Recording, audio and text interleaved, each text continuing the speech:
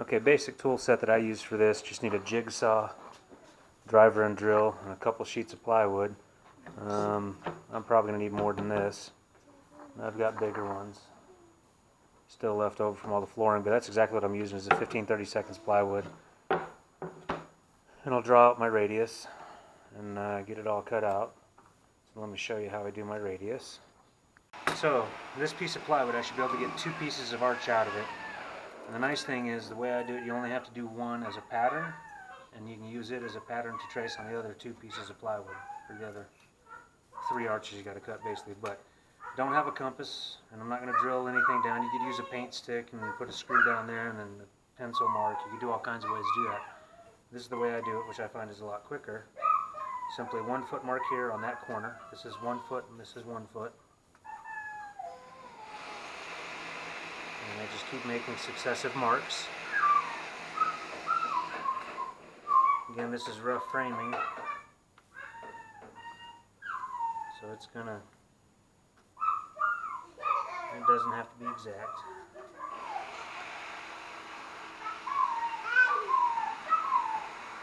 Just has to be close. And I just keep making marks till I got my dotted line all the way around.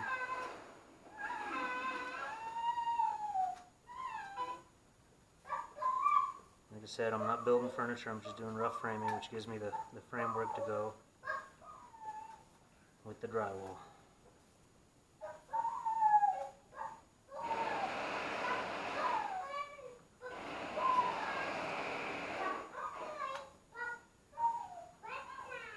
Now you notice the cut's going to end a little bit short, and that's okay.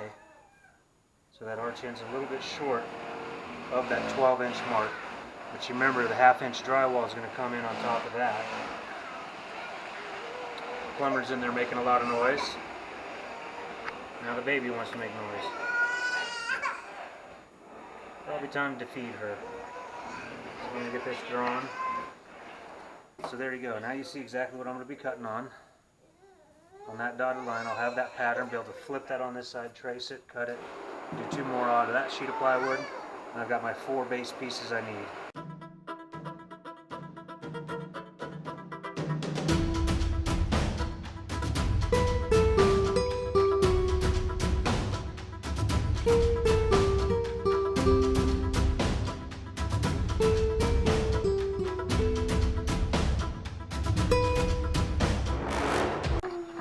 Alright, so there we go, 4 of them.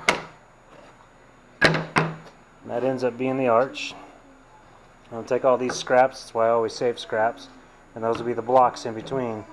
Obviously with something this tight,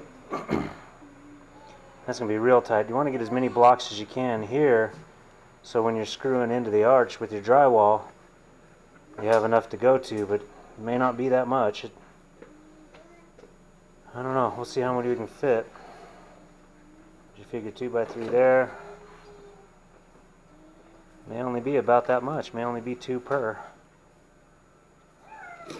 And yeah, there's not even room to get a, I don't know, that might work. 1 2 by 4 back there. You just kind of figure out what you can fit. I don't know if the 2 by 4s will work. It might just end up being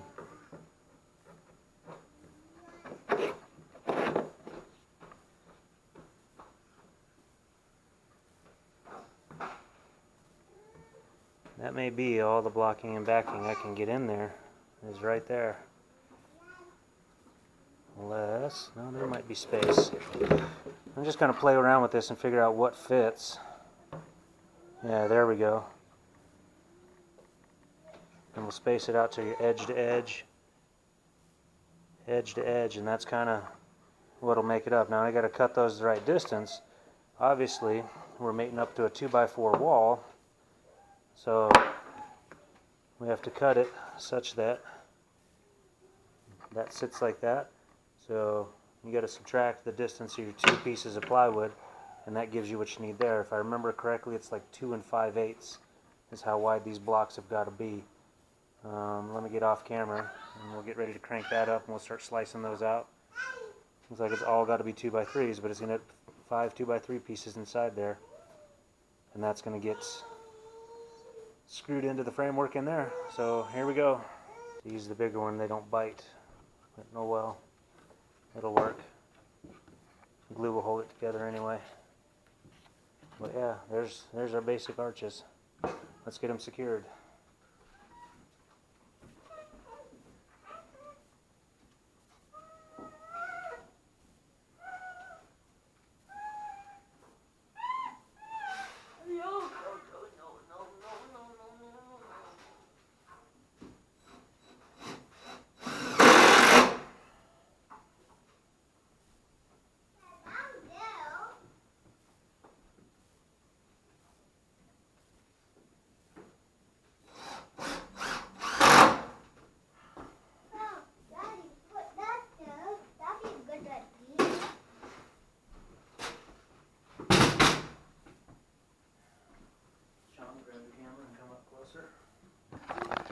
Alright, so you look in here.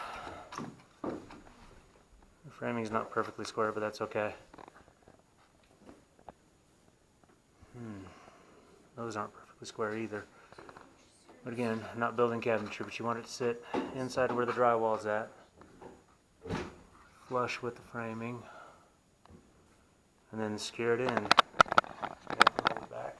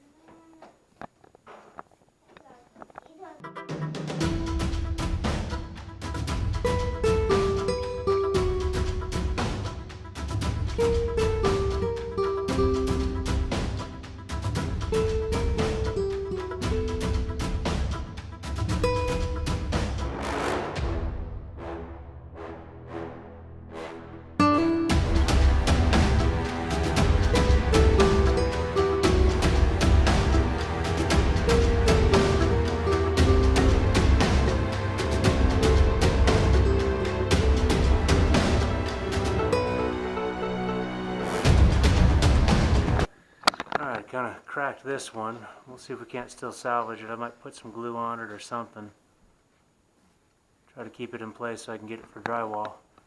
But otherwise, you get those ones in first, then you set these blocks where you can, where they'll fit, and then sink those ones in with longer screws into the rest of the structure. And so it's got 4 screws holding it in, and that's pretty much it. We'll just cut out a little drywall square, slice it, be good to go. Let's do the other side.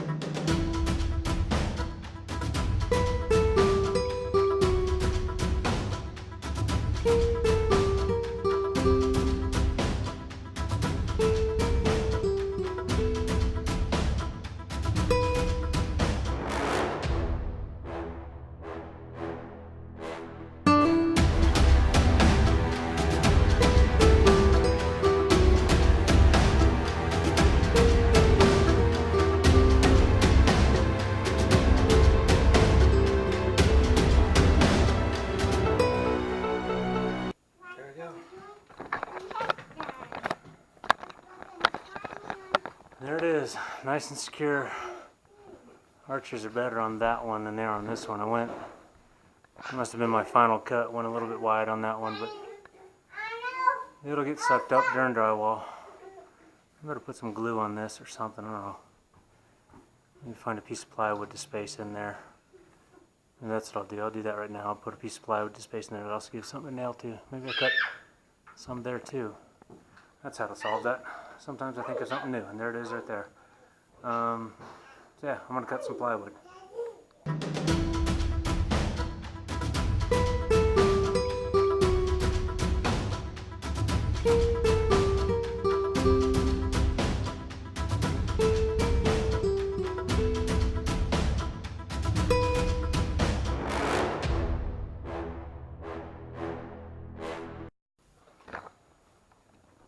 Alright, there it is. That's the rough framing. A little bit of plywood down here. That'll give some bite for one of the screws in the drywall. Try to get as much wood up in there as you can. So You get as many hits with the drywall screws once you come and sheet this thing. And that block in there ought to keep that stable, even though that kind of screwed up. Yeah, that's going to be a little bit different, but there it is. That gives me the arch I was looking for. And that's how I do arches. Alright, next step is going to be the drywall of them. We'll get to that in just a second.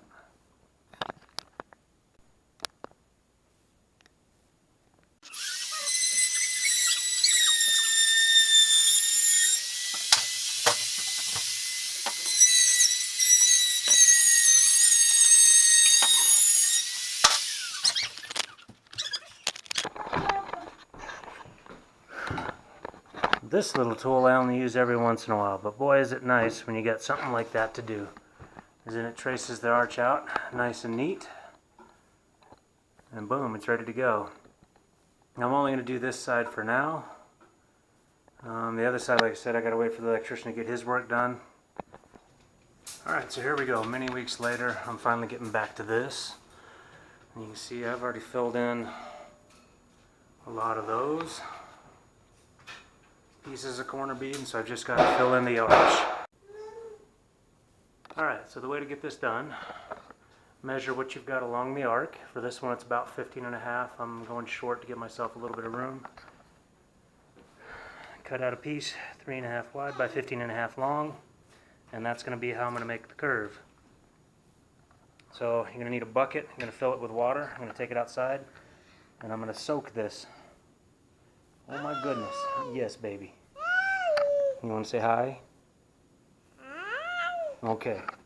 So you're going to soak the face of this, but on the back side, to be able to get it to flex, because it is going to flex this way,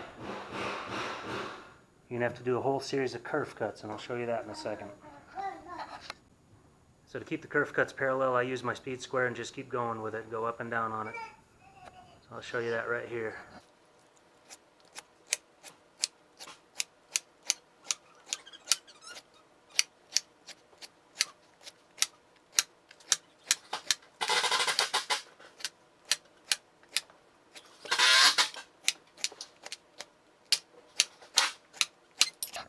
So there you go, around about a 1/4 inch apart, doesn't really matter, but that frees up the back paper to actually curve. And this front paper will be soaked and flexible. Now, from the start, yes, another way to go about this would be 2 pieces of 1/4 inch thick drywall instead of 1/2 inch. And 1/4 inch you can soak it and make it a lot more flexible, but I'm not going to buy a full sheet of 1/4 inch drywall at 4x8 because I don't need that much. There's no way I need that much drywall. I'm only doing a couple little arches, so with 1/2 inch drywall, which is what I'm hanging everywhere, this is how I go about doing it. Alright, let's get back at it. So yeah, for soaking, you do several different methods. I'm using water in a bucket and a paintbrush. Just take it and soak it in. You want it nice and soaked so the water makes the paper nice and pliable, and you can see on the edge it's soaking into the drywall itself. That is fine, and actually what you want to make everything flexible. Back side, get it nice and soaked. There are several different ways you can do it. This is just a nice little way to do it without making too big a mess.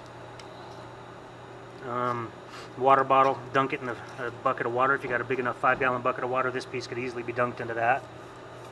But let it soak in, make sure it's fully soaked before you try to flex this piece. You will have some of the breaking along these back lines, and that's fine. You just want to make sure you're good and soaked in. Make this as pliable as possible. Alright, so I'm going to cut it off here, and I'll show you once I'm actually putting it up again.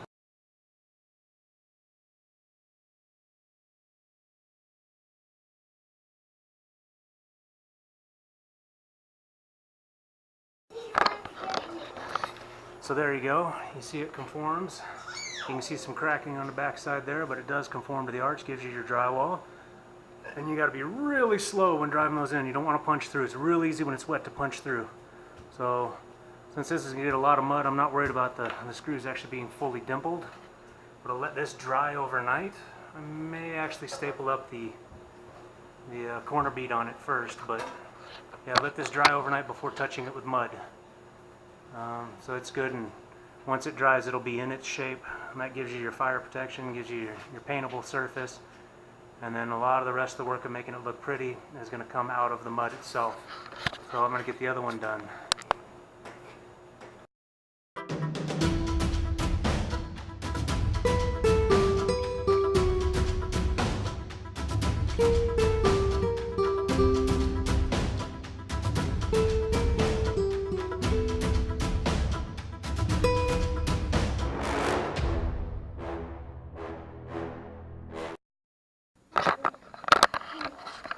Alright, for the corner bead you're going to want this kind. It has the kerf cuts on that side so it will flex, and you can see that. It flexes there. So this will go on the inside, this will go on the outside. But this is what will flex around to give you that nice rounded corner bead on up the arch. So I am going to install that right now. My babies are drawing all over the wall with my carpenter's pencils. Oh my goodness.